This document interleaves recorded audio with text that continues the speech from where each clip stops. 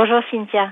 Alors racontez-nous un peu l'histoire de ces contes. Vous êtes dijonnaise d'origine, mais vous vous êtes retrouvée en Espagne et c'est là que vous avez plus ou moins découvert ces contes. Comment ça s'est passé?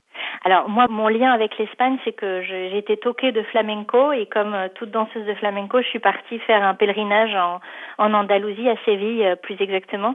Je suis tombée complètement amoureuse de cette ville, à tel point que j'ai décidé d'y retourner et que j'ai eu une chance inouïe qui m'a permis de passer 9 mois à danser, enfin à apprendre la danse flamenco là-bas.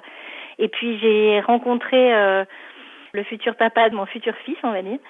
Et en fait, c'est la raison pour laquelle je suis venue vivre en Espagne. Et il y a eu un petit jeu entre vous, et c'est ce qui a donné ces contes. Exactement, oui. C'était un jeu vraiment innocent. Je donnais 3 mots à celui qui allait devenir Don Vicente.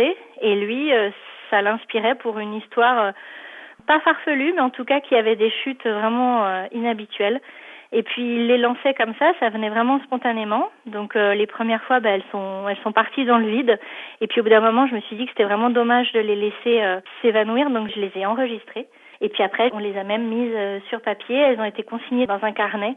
Et puis un beau jour, j'ai décidé que c'était le moment de les partager avec d'autres personnes qui pourraient apprécier ces histoires qui sont poétiques et puis qui ont une chute généralement inhabituelle. Du coup, pour pouvoir les publier, vous avez lancé une campagne de financement participatif qui continue en ce moment sur KissKissBankBank. Elle en est où?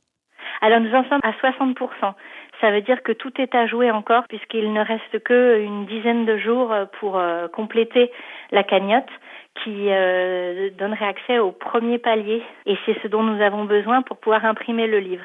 Néanmoins, le feu vert a quand même déjà été donné à l'imprimeur pour garantir une livraison des livres pour Noël.